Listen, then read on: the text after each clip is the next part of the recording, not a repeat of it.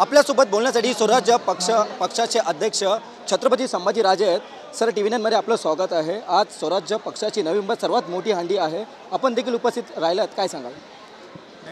आज स्वराज्य पक्षाची दहीहंडी अंकुश कदमांच्या माध्यमातून जे स्वराज्याचे उपाध्यक्ष आहेत त्यांनी इथं आज बोलवलेली आहे आणि त्या नात्यानेच मी आज इथं आलो आहे।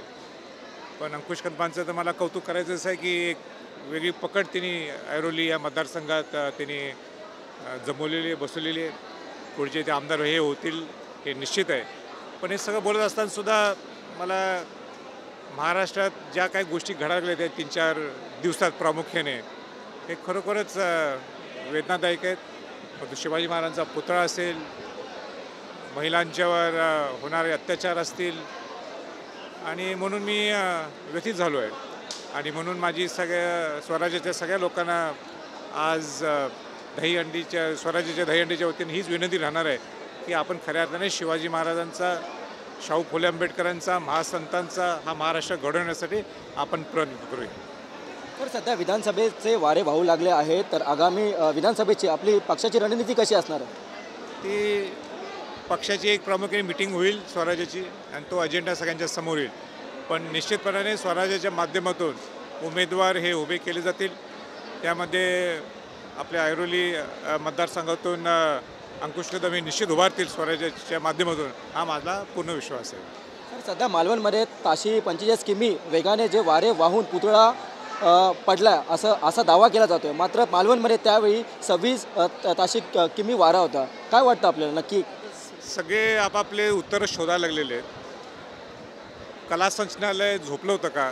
सरकारने कशा पद्धतीने म्हणजे जो पुतळा तयारच नव्हता त्याचं ओपनिंग का करून घेतलं?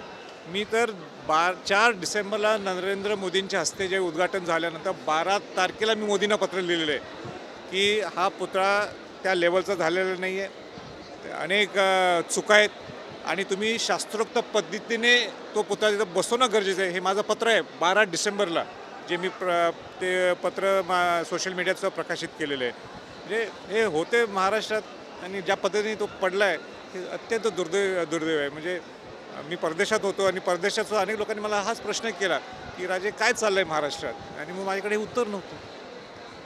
तो पुतळा निकृष्ट दर्जाचा होता असं देखील म्हटलं जातं आणि तो जो ठेकेदार आहे तो ठाण्याचा होता। याचं सगळ्याचं उत्तर सगळ्या पुढाऱ्यांनी द्यावं लागणार आहे।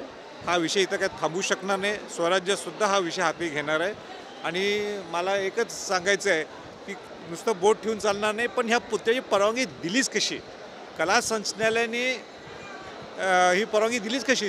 2-2, 3-3 वर्ष लागतात एक पुतळा तयार करायला, किंबहुना परवानग्या लागतात, अनेक परवानग्या लागतात। आज शिवभक्तांनी सुद्धा पुतळा उभा करायला घेतला की त्यांना अडवणूक केली जाते।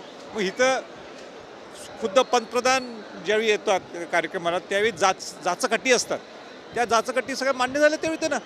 आणि हाच माझा प्रश्न आज नाही आहे। 4 डिसेंबरला उद्घाटन झालं तर बरोबर 12 डिसेंबरला माझा पत्र आहे। धन्यवाद। कॅमेरा पर्सन सिद्धेशसह मी रवी कराड, TV9 मराठी, नवी मुंबई।